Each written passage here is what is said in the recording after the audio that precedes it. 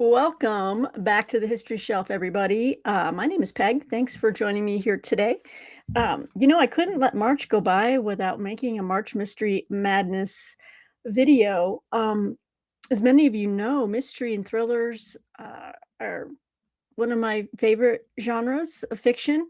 So, along with debating on whether I should make a second channel called the Mystery Shelf, I just combine some fiction on this channel, as many of you are aware. So here's my March Mystery Madness video. So what we're going to look at today are some series that I want to start.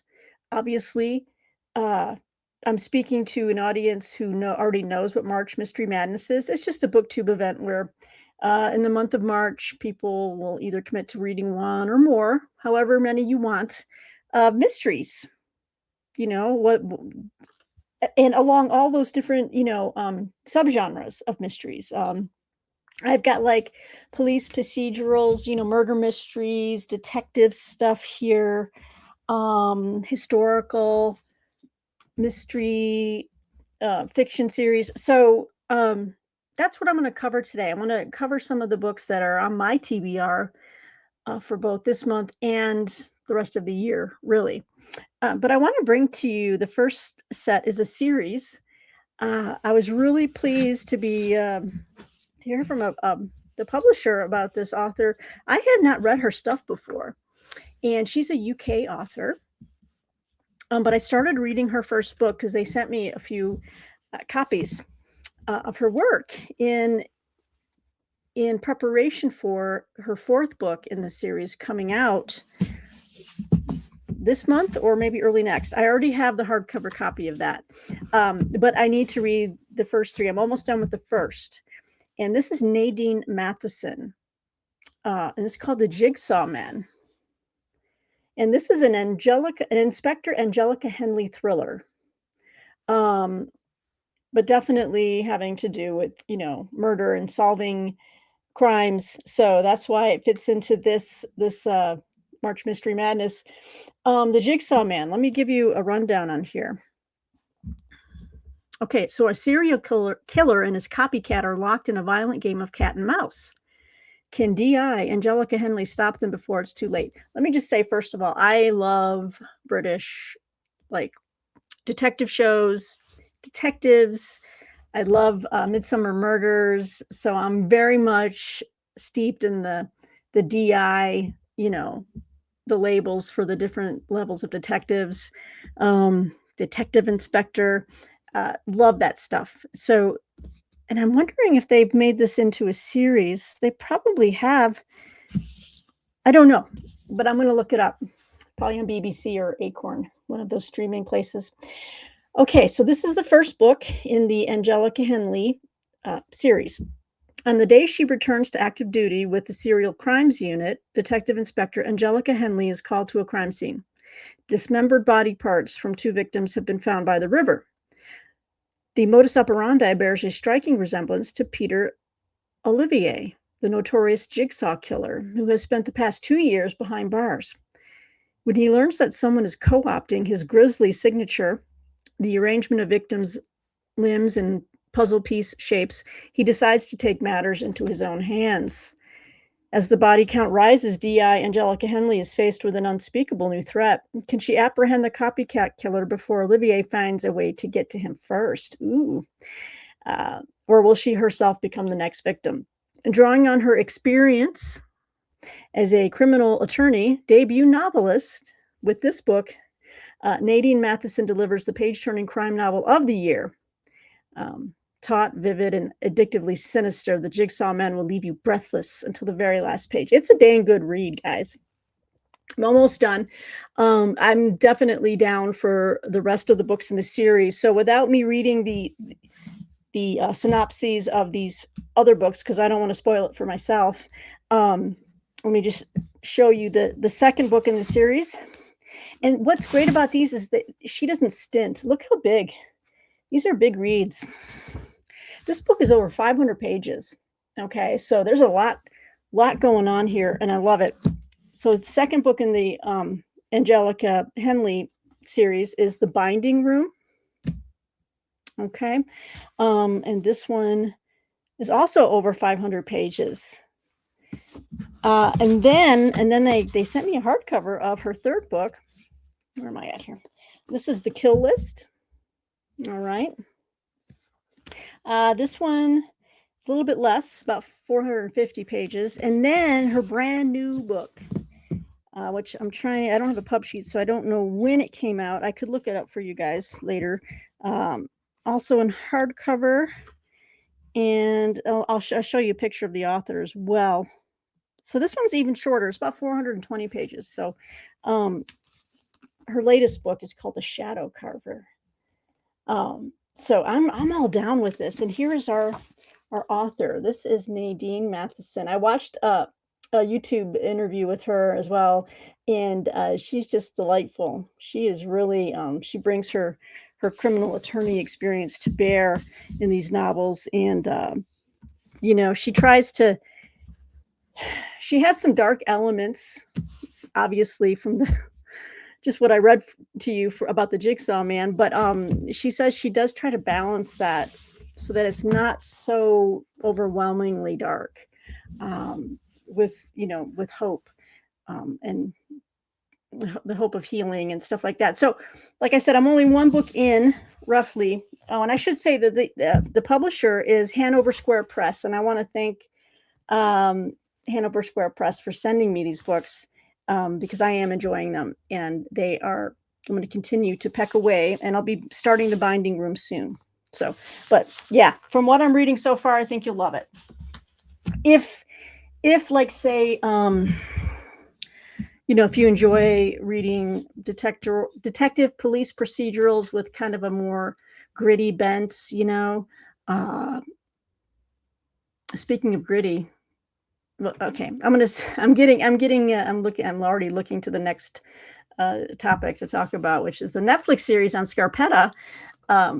That I know will be gritty. But anyway, back to Nadine Matheson's books. They're gritty.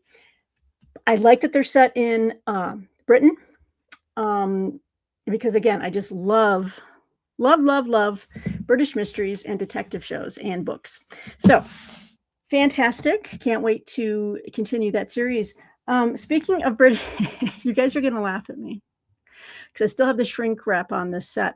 This was back around Christmas time, and they were having a bunch of sales, and I just decided, yes, I bought it on Amazon. I know, I'm trying to wean myself off of Amazon. But I had heard a lot of different podcasts recommending certain mysteries, and this series was recommended. Apparently, this writer is Queen Camilla's favorite when it comes to detectives. And I haven't read them before. So I decided to check. I bought a five book set. I think this guy's written like 15 or 20 books in this series. So yeah, don't laugh at me. I'm going to take the shrink wrap off to show you the first book that I'll be starting very soon. And I've already told Nadine. I said Nadine because of this author, but Martine, I told her we should check this show out on BBC or Acorn, because I think they already have a ITV drama. Anyway, let me just show it to you. This is Peter James. So I bought this set. The shrink wrap set, right? Check this out. It's pretty cool, man. All right. The first 5 books in series, and look, I'm opening it up on air. Since I don't open mail up on air, I could at least do this. And these are big, beefy books. I love this publisher. I love buying book sets from Pan. Pan is a UK publisher, and yeah, I love their soft cover trade paperbacks. I mean, they're sturdy. They're sturdy, man. I mean, this thing is not gonna fall apart. All right, so let me show you the first book that I'll be starting. And this is the first book ever written in this series, Dead Simple. All right, as you can see, this is from Penn. You know that if you're looking for it, just look for that that logo, Pan. I've got a ton of different books by Pan, and I enjoy it. They have nice, clean margins, well put together. All right, so I'll just read to you the synopsis of this first story. All right. Detective Superintendent Roy Grace's first major case is one he'll never forget. It was meant to be a harmless stag night prank, but a few hours later, the groom has disappeared and his friends are dead. With only 3 days to the wedding, Grace is contacted by the man's distraught fiancée to unearth what happened on that fateful night. Grace discovers that the one man who ought to know of the groom's whereabouts is saying nothing. But then he has a lot more to gain than anyone realizes, for one man's disaster is another man's fortune. Yeah.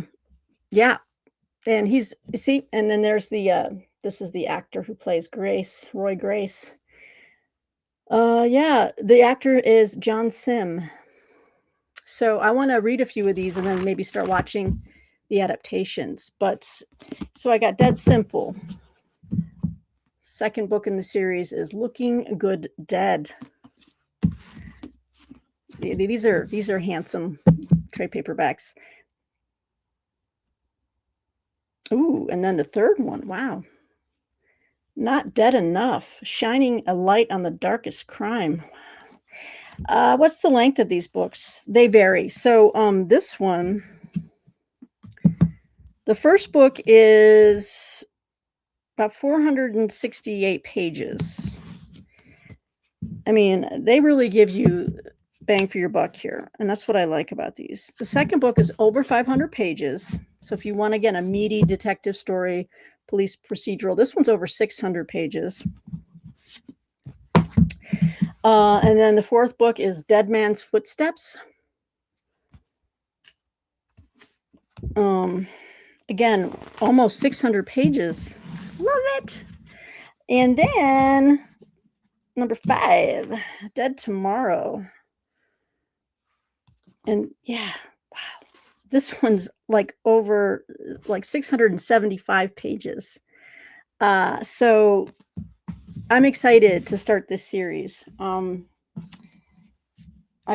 love series. I love getting into them, and it's just hard to kind of maintain when there's so many of them. But I liked the bold colors on the spine as well. So I might get, once I make my way through about 3 or 4 of these, I might get the second set, which is books 6 through 10. All right, so I've introduced you to Nadine Matheson and Peter James for UK stuff. Now let's go over to the French. Let's see what the French are offering. Well, I can't say this. I've been holding on to these to show you a good handful of them. Picador publishers have been republishing the George Simenon Maigret novels in very, I think, very sleek-looking paperbacks. And I got the first 3 from Picador. They sent them to me. Thank you very much. And I think that this is the first one I will start with. I almost started buying the older editions, but then I saw that they were coming out like this, and I was like, I like these better. So I've got 6 of them. The first 6. Okay, so they're very slim. So talk about having a 500, 600 page detective story. If you want to go quick and easy, in and out, maybe Simenon, the Maigret stories might be more up your alley. So the first book in there, the series is Peter the Latvian. And like I said, this is 160 pages. So won't take very long to read it all. Maybe a couple nights reading before bed. I'll be done with that. I've got the late Monsieur Galette, or Gallet. And then The Hanged Man of Saint Folion. And then when Book Outlet was having their $5.99 flash sale, I noticed they had books 4 through 6. So I went and bought them on Book Outlets. And I forget which order these are in, but just know that these 3 are 4, 5, and 6. I've got The Carter of La Providence. I've got The Night at the Crossroads. And I got The Yellow Dog. So I've got the first 6 in the brand new reissued Picador editions of the Detective McGray novels by George Simenon. So very pleased with that, and we'll see how this goes. I've been meaning to read McGray for a long time. I know I mentioned it way back, even when I was doing the Marple a Month videos. But this is another detective series that I am sadly behind on, and I want to get going. So again, wanted to share these with you. All about the sets today. All right, moving on to,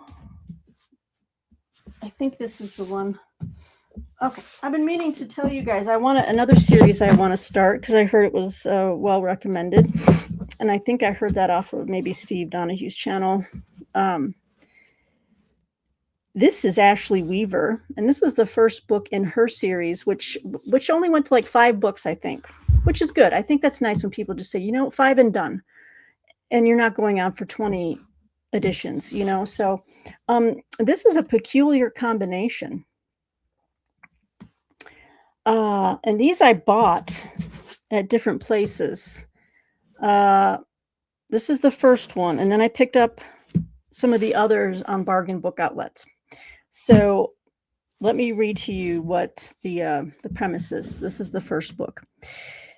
All right, Electra. That's a great name for a protagonist. Electra McDonnell and her family earn a living by breaking into the homes of the rich and picking the locks on their safes.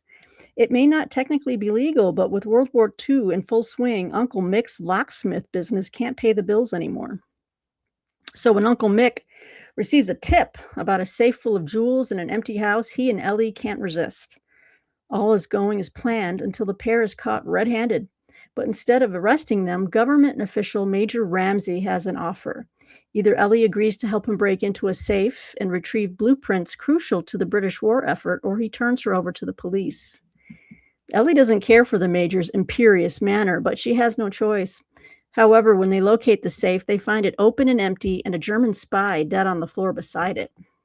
Soon, Ellie and Major Ramsey are forced to put aside their differences to unmask the double agent and stop Allied plans from falling into enemy hands. Who doesn't love a good World War II wartime mystery? And this has to do with breaking into safes. How cool is that? So we've got Ellie McDonnell, right? So a peculiar combination. And then, is this the second one? Okay, this is the second one. So then I picked up the second one, The Key to Deceit. All right. And then the third one, I believe, is Playing It Safe. Nice play on words there. How cool. And this moves into the Blitz. And I think the other one, I think there's 2 more, and I have like the final one in galley form. So I wanted to get to read these before I read the one in galley for the final book that I have. And I don't think this one is it. No. Okay. So it's on my TBR to start with A Peculiar Combination by Ashley Weaver. Another series that I want to start, and the first book in this series, I think I've already shown on this channel probably last year or something when I bought it in paperback. But this is,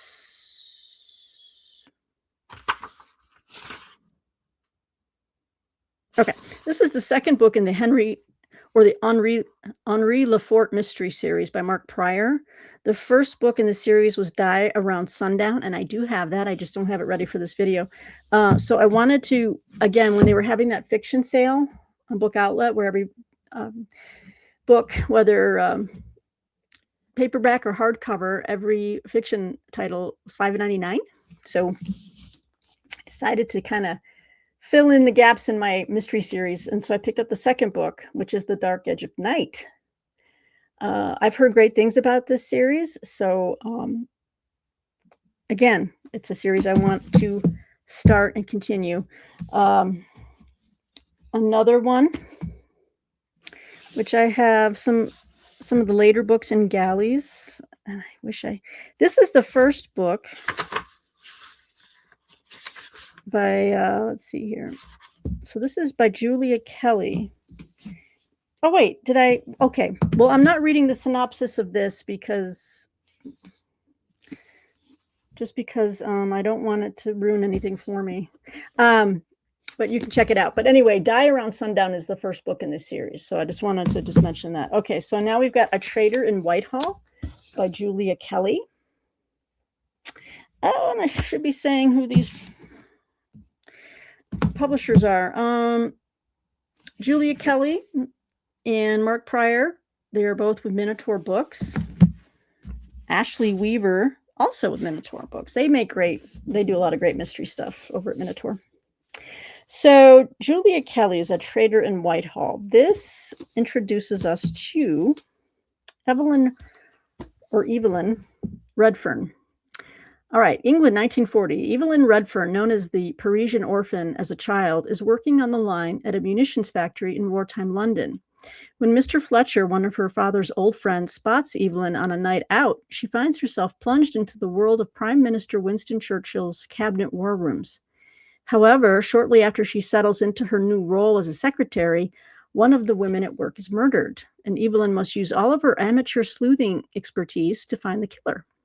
But doing so puts her right in the path of David Poole, a cagey minister's aide who seems determined to thwart her investigations.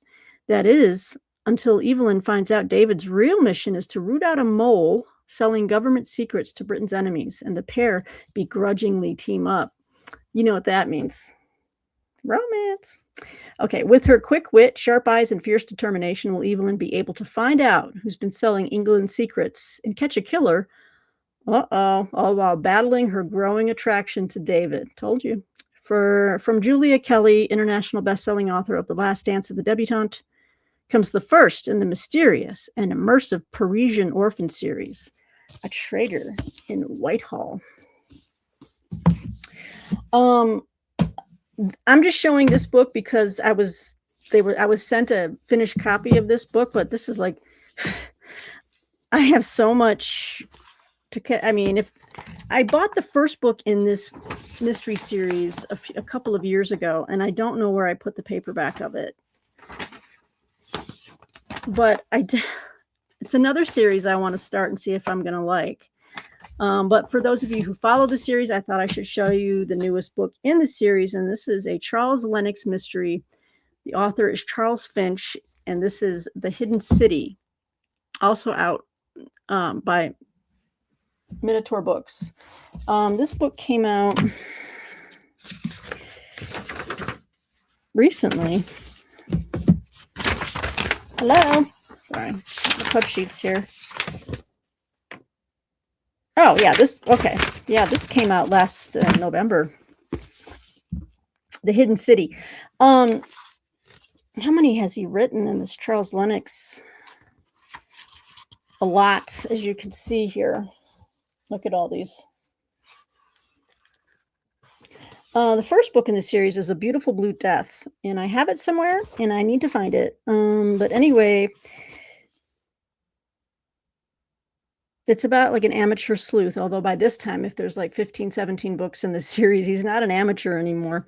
But what I've read about this character is that he loves to read history in between his investigations. And I was like, why are you not reading this mystery series, Peg? This sounds like your perfect protagonist. Just some dude who loves to, like, you know, hang out, read his history in his library, drink his brandy, whatever.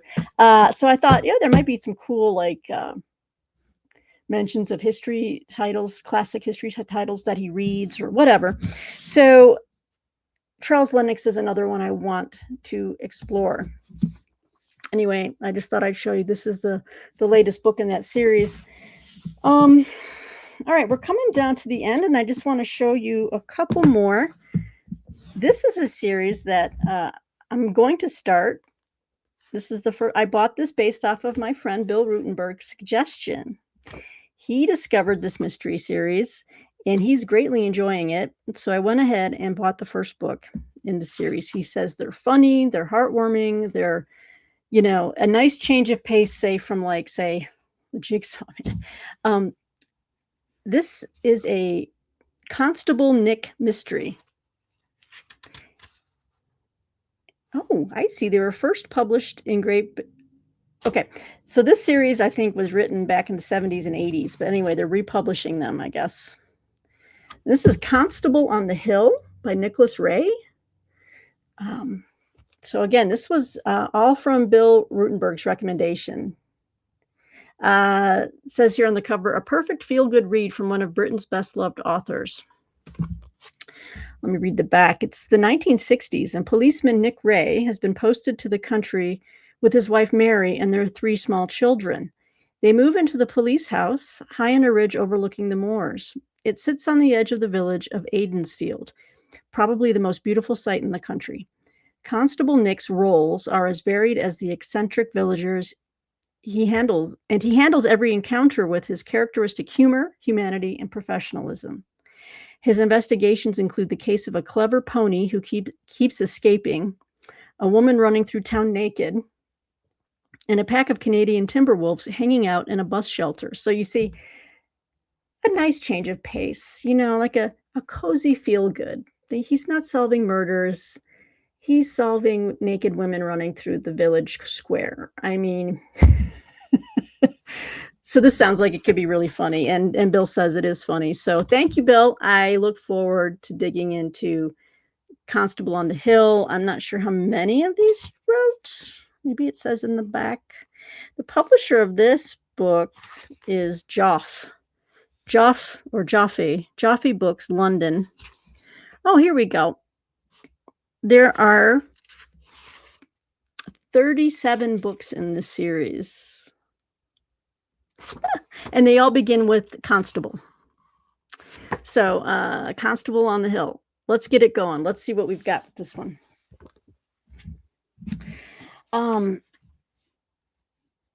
This book is from Pushkin Press / Vertigo. And I'd never heard of this series before. And I don't know. I think there only might be 2 or 3 in the series thus far. And it's translated from the Russian. But this is the first book, and it came out, the English translation came out in 2023, but I think this was written in 2017. And for those of you who know me and know that I love Russian history and all things Russian, like Russian, reading about like the revolution and stuff like that, this is right up my alley.